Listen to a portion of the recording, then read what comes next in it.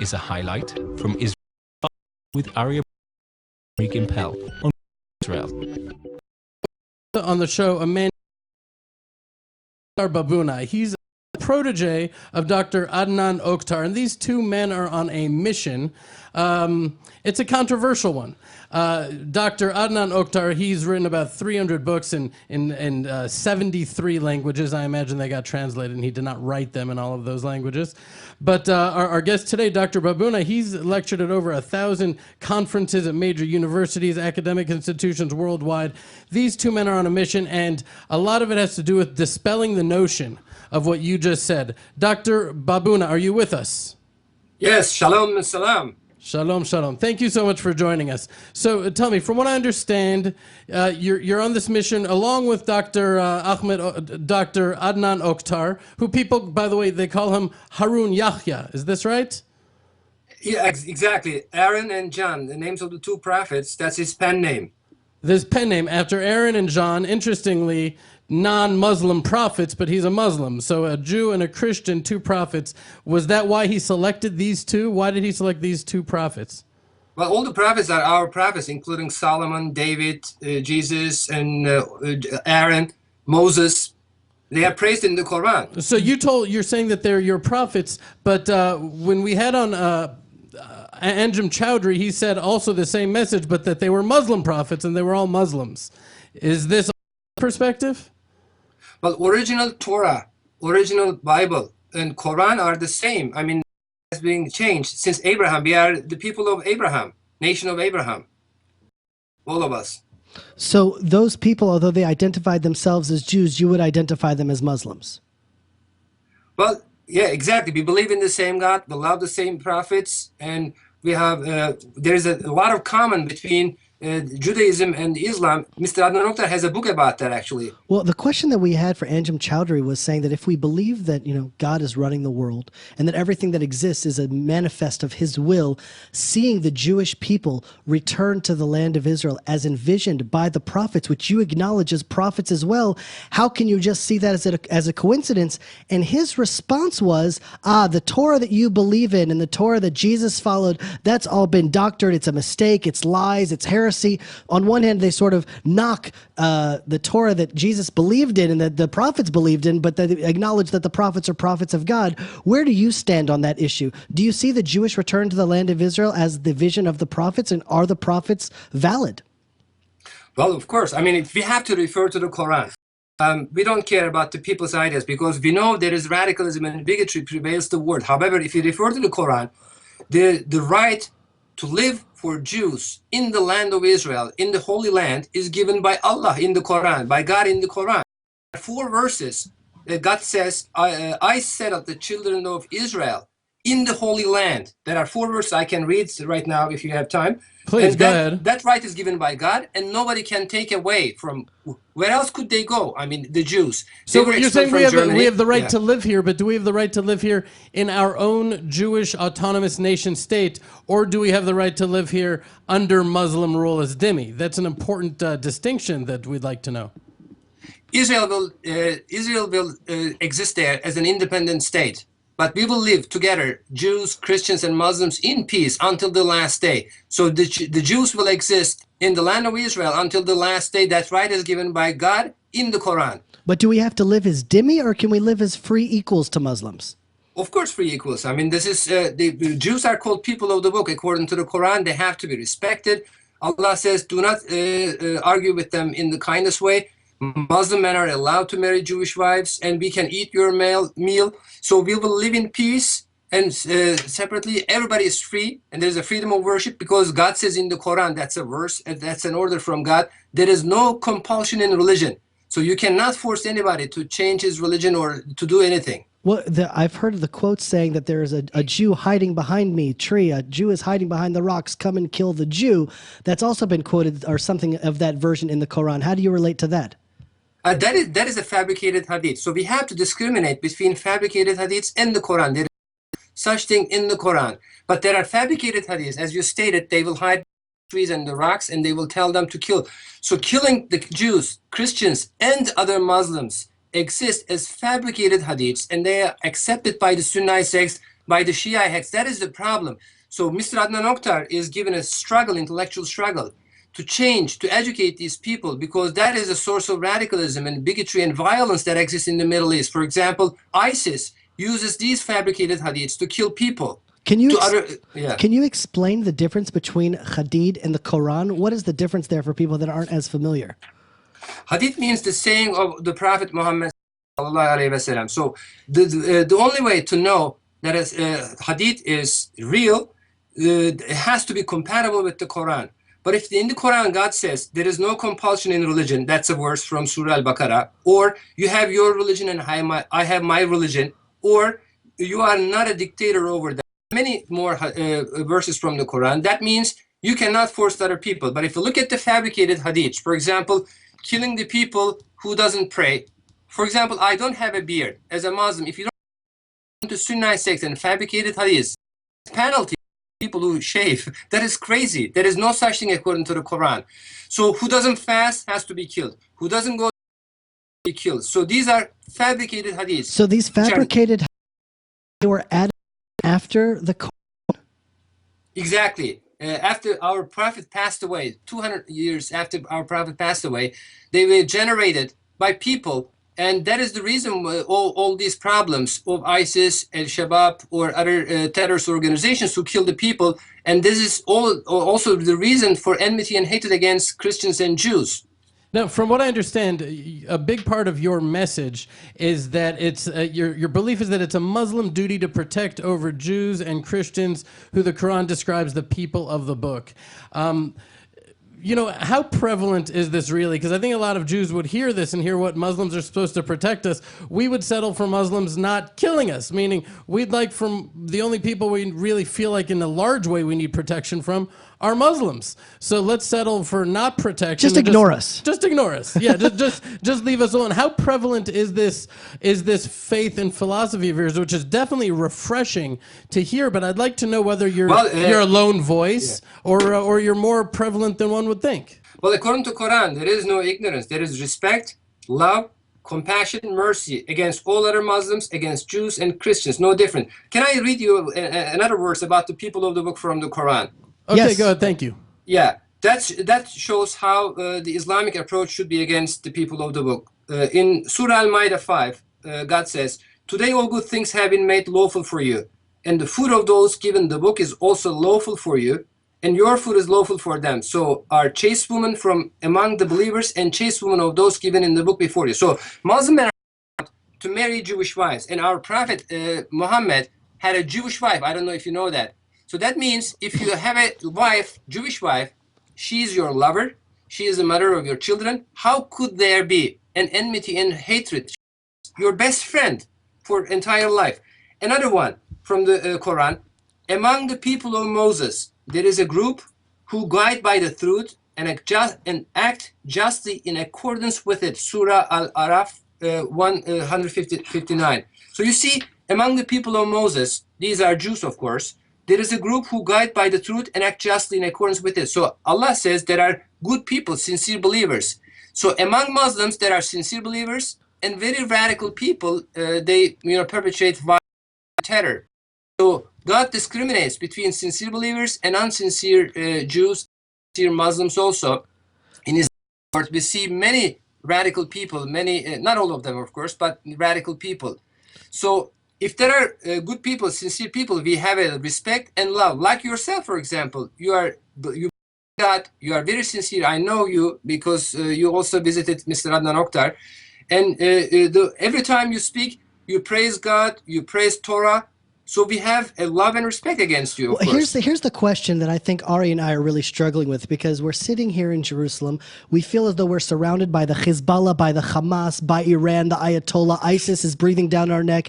How many Muslims believe what you believe, and how many Muslims believe what Anjem Chowdhury believes? What is the percentages? Well, the bigotry prevails. We know that. But we do an intellectual struggle through TV programs, through 1,000 websites Mr. Adnan Oktar has, 300 books in 75 languages, not 73, 2 more languages actually. So a TV program which is followed by millions of people, and 100 million people download his books free of charge from his websites. For example, one of the websites is IslamDenouncesterrorism.com, Islam denouncesterorism.com is the title of his book and a website. So we try to educate these people, but we need support of the West. We need support of the Israel. Israel is a natural ally of Turkey. Turkey is a natural ally of Israel. We love Israeli nation. Of course, there are some political problems, but the politicians are temporary. They come and go. So the thing is, Dr. Babuna, one moment. Just hold on with us. We're going to go to station break. I want to come back and talk about that. Talk about Israel. What's going on politically, if there's any hope. I know you believe that the solution is not diplomatic, but more of a faith one, which resonates with us as well. We're eager to hear more of what you have to say. Definitely a refreshing and uplifting message. For our listeners out there, we'll be right back. Do not touch the dial. We're back. Ari Bramwitz here with Jeremy Gimpel. We have a man named Dr. Oktar Babuna, who is sharing a message with definitely uplifting, definitely instills hope, but can't help but have a little bit of cynicism here. But I'm eager to hear more of what he has to say, because it sounds like it's a message that's really getting out there. You're talking about hundreds of millions of people from around the world downloading these books, denouncing anti-Semitism, talking about Islam and Judaism joining together. Dr. Babuna, thank you again for joining us. Now, just a little understanding of you. I think we sort of dove into it a little bit too deep immediately. You're a doctor, right? You're a neurosurgeon. You could be operating all day, making the big bucks, and here you are on the radio with us. Why is that? What? Tell us in general, this mission that you're on. What is your goal here? Well, there are certain ideologies prevailing in, for example, the materialism, and then racism, fascism, communism. These are the ideologies of the 20th century. More than 300 million people were killed. Now we have radicalism, which exists in the name of religion. As you know, there are internal wars in many countries in the Middle East. Well, I just want to point something out. It's really in the name of Islam. It's not there's any radical Jews going around killing people or radical Christians going around killing people in the name of. Today, if it's radicalism in the name of religion, it really is in the name of Islam. Exactly. I mean, more Muslims are killing more Muslims than anybody else, and we know this. For example, in Syria, there is a sectarian. In Iraq, there is ISIS threat. There is Boko Haram, for example. There is Al-Shabaab. There is terrorism in Africa, in the Middle East, in the Far East. So there is a problem. But the problem is, I told you, it's a bigot exists in the country, different than Quran. There is a different religion, which is definitely not Islam. But we have to educate these people. Killing radicals is not a solution. So what needs to be done is intellectual struggle against radicalism, intellectual struggle against atheistic philosophies. That's exactly what we do. Well, so it is more urgent than neurosurgery, what I do, I believe. Here's the question that I have. As I see these people in the Hamas, as they're dropping, they say Allah Akbar, and they drop the bomb, and it shoots off into Israel. Allah Akbar, and they're shooting off. To say that they're not religious Muslims, that's not Islam, seems counterintuitive because they're killing of Islam. Exactly. I mean, Mr. Adnan criticized us when they started to send the rockets to Israel. He said, this is definitely, that you cannot do that. You kill innocent people. And then, of course, you force Israel to attack and retaliate. And then also all civilians are being killed in Palestine also.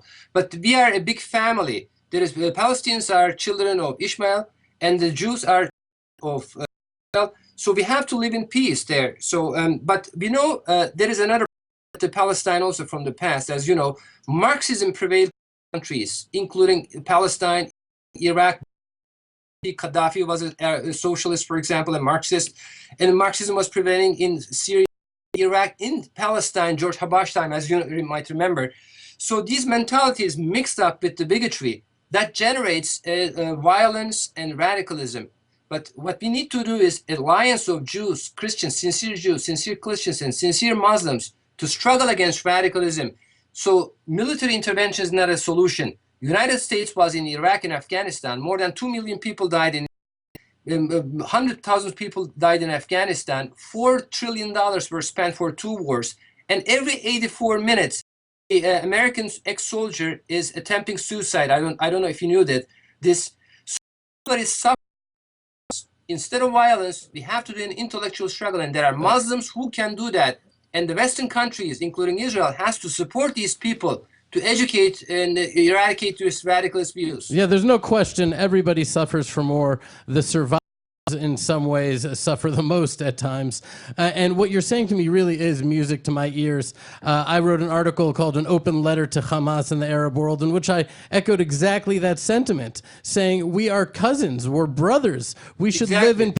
And that's definitely something we want, but it has to be a peace that's founded in respect. And you know, I want to quote something that I remember that you said in a Jerusalem Post interview when you were talking about Turkey and Israel and the relationship, how to mend it, which is something that we really would like here. You were talking about the Mavi Marmara and the flotilla that was sent in to Israel that violated all international laws, and it was like an act of war.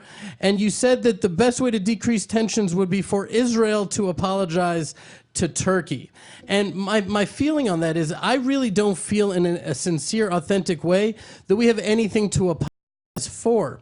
Do you think Israel really should be apologizing from a place of truth, that we really have something to apologize for? Well, first of all, I will start with Mr.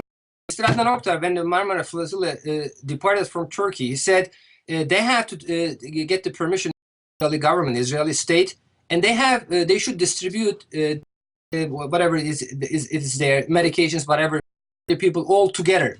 So there is of course, Israel has the right to search for the boat and to distribute all together. So, but they didn't listen. But after that, in the international area, as you know, they attacked Marmara Flotilla, and civilian people were dead. So, but we never blame the entire nation for that. The crime is always individual. And I went on behalf of Mr. Adnan Oktar right after this Marmara Flotilla. The tension was very high that time, as you know.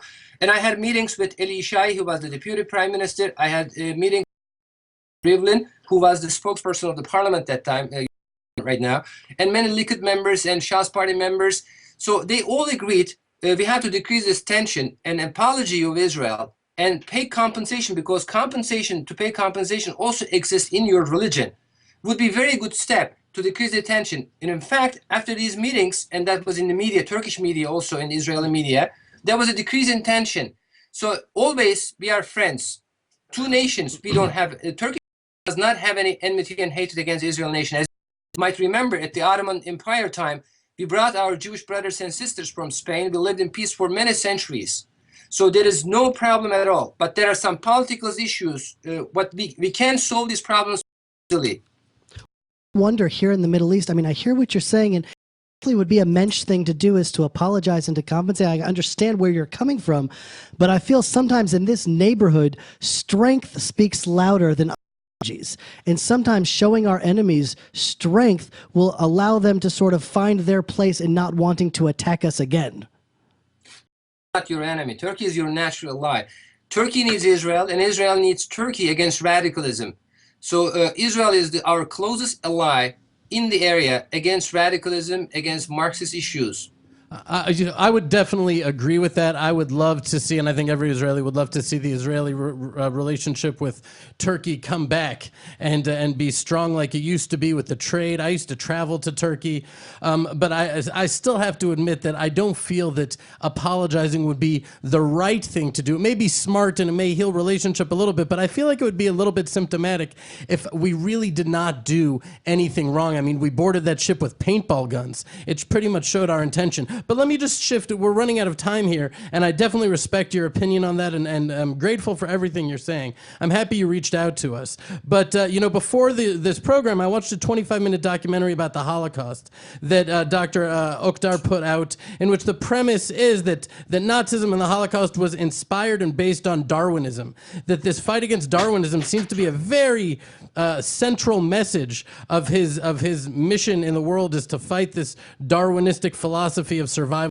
So here's my question. If Darwinism is really the root of all evil here, well, Muslims aren't believers in a godless evolution, and that doesn't seem to stop them from implementing their own attempted Holocaust against the Jewish people. So tell me the Darwinism connection here. How does that add up for you?